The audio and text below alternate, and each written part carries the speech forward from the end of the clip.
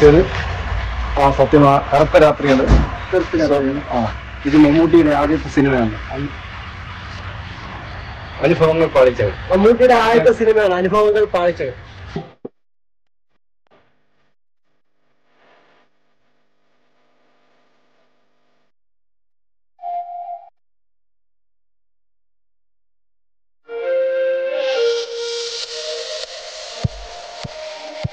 നമസ്കാരം. കേരള ടോക്സിൽ നിന്ന് എത്തിയിരിക്കുന്നത് പത്തനാപുരം പുന്നല എന്ന ഗ്രാമത്തിലാണ്.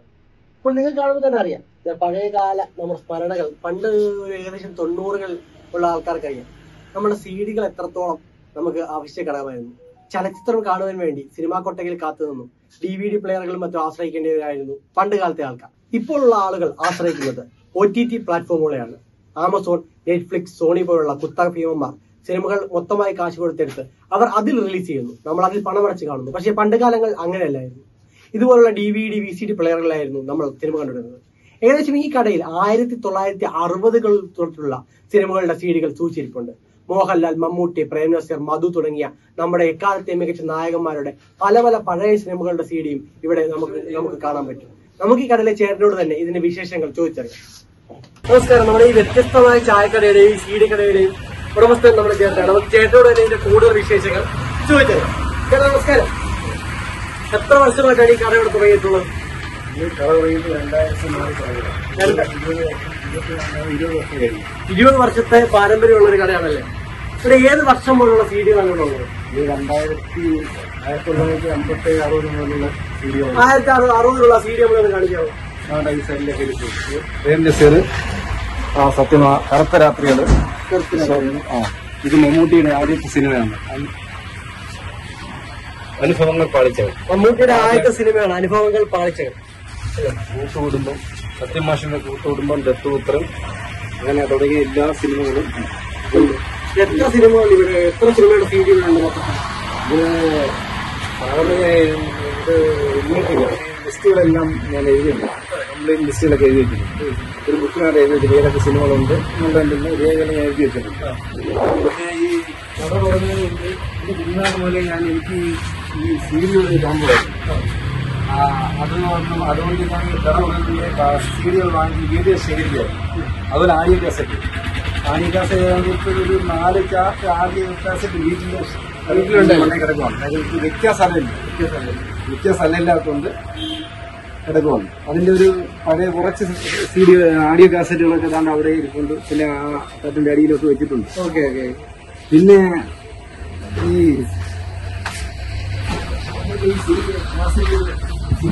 കാസറ്റുകൾ നിറച്ച് ബക്കറ്റിലാക്കി വെച്ചിരിക്കുകയാണ്. സ്ഥലമില്ലാത്തതുണ്ട്. അതിന്റെ കവറുണ്ട്. ഇപ്പൊ ഇതിന്റെ ഈ CD വയ്ക്കാനുള്ള കവറുകൾ തൃശ്ശൂരിൽ നിന്നാണ് വരുത്തിച്ചത്. തൃശ്ശൂർ 1000 കവറുകൾ. ഓക്കെ. അതിന്റെ ഈ MP3 വയ്ക്കുന്ന കവറുകൾ.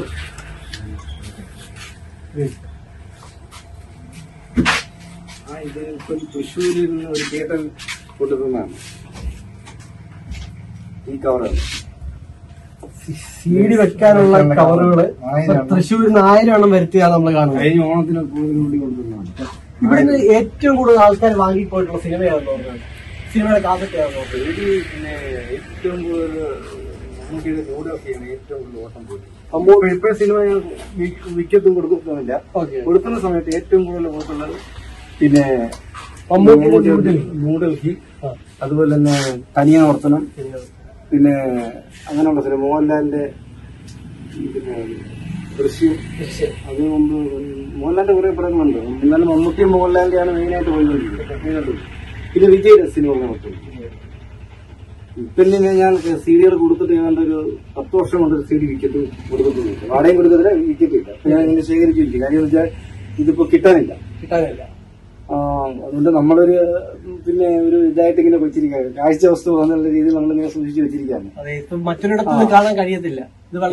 അതുപോലെ തന്നെ CD കാണാൻ തന്നെ പലരും വരുന്നുണ്ട്, ഒരുപാട് വരുന്നു. പിന്നെ കൊച്ചിയിൽ നിന്ന് തന്നെ ഒരു പുള്ളി വന്നായിരുന്നു. പുള്ളി വന്നതിനോട് ഇതുപോലെ ചോദിച്ചു, ചേട്ടാ ഇതൊന്ന് പിന്നെ മൊബൈലിൽ എടുത്തോട്ട് വന്നു. അപ്പൊ ഞാൻ എവിടെ നിന്ന് വരുവാന്ന് പറഞ്ഞാൽ കൊച്ചിയിൽ നിന്ന് വരുന്നു. കൊച്ചിയിൽ നിന്ന് വരുന്ന ചോദിച്ചാൽ പറഞ്ഞത് പിന്നെ ഞങ്ങൾ ഇവിടെ ഈ മാസത്തിലേക്ക് ബിസിനസ്സിനായിട്ട് പോയി വണ്ടിയിൽ ഇത് പർച്ചേസായിട്ട് വരുന്നതാണ്. അങ്ങനെ കഴിഞ്ഞ തവണ വന്നപ്പോൾ ഞങ്ങൾ നോക്കിയതാണ്. അപ്പൊ ഞാൻ ചോദിച്ചു സാറേ ഇതിനെ കൊച്ചിയിൽ ഇതിന്റെയൊക്കെ മെയിൻ കമ്പനികൾ എറണാകുളമല്ലേ, എറണാകുളത്തില്ലാത്ത സാധനങ്ങളാണ് ഇതൊന്നും. അവിടെ എന്നോട് പറയും എന്റെ പൊന്നു ബായി അവിടെ ഇങ്ങനെ ഒരു സീഡികൾ എടുക്കാനില്ലെന്നോ.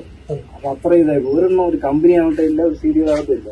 പിന്നെ ആകെ ഉള്ളത് ഇപ്പൊ ഞങ്ങൾ ഏതാണ്ട് വർഷങ്ങൾക്ക് ശേഷം കാണുന്നത് ഇവിടെ ഈ ഗ്രാമത്തിൽ വന്നിട്ട് ഈ കടയിലാണ് കാണുന്നത്. മറ്റിടത്ത് ഇപ്പൊ ഇത് കാണാനില്ല, ഇതിപ്പോ ഇത്രയും സൂക്ഷിച്ച് വെക്കുന്നത്. അത് കഴിഞ്ഞിട്ട് പത്തനംതിട്ട എന്നൊരു വിഷയമുണ്ട്. പത്തനംതിട്ട നമ്മുടെ കൊട്ടാരക്കര സ്റ്റാൻഡിൽ നിന്ന് KSRTലെ കണ്ടക്ടർ പറഞ്ഞു പുന്നലയിൽ ഒരു കടയുണ്ട്, പത്തനായിരത്തിൽ പോകും ബസ് ആ കടയുടെ മുമ്പിലാണ് നിർത്തുന്നത്. അവിടെ ഞാൻ ചോദിച്ചാ പറഞ്ഞിരുന്നത്. അങ്ങനെ ആ പുള്ളി ഇവിടെ ഈ ബോർഡ് കണ്ടു, പുന്നല ബോർഡ് കണ്ടുകൊണ്ട് ബസ്സിന്റെ പുറകെ വന്നിട്ട് പുള്ളി ഇവിടെ നിർത്തിയിട്ട് തന്നെ എന്നോടാണ് അത് ചോദിച്ചത്, ഇതിന്റെ പുന്നലയെന്ന് പറഞ്ഞു. ഇതാണ് പുന്നലയിലെ വ്യത്യസ്തമായ ആ ചായക്കടയും ആ സീഡിക്കടയും. പഴയകാല ഓർമ്മകൾക്ക് എപ്പോഴും ഇരട്ടി മധുരമാണ്. പണ്ട് കണ്ട സിനിമകൾ ഇപ്പോൾ എത്ര പേർ കണ്ടിട്ടുണ്ടെന്ന് എനിക്കറിയില്ല, പക്ഷെ ഞങ്ങൾ ഇത് കണ്ടിട്ടുണ്ട്, ഞങ്ങൾ ഇതിന്റെ ഇത് ആസ്വദിച്ചിട്ടുണ്ട്.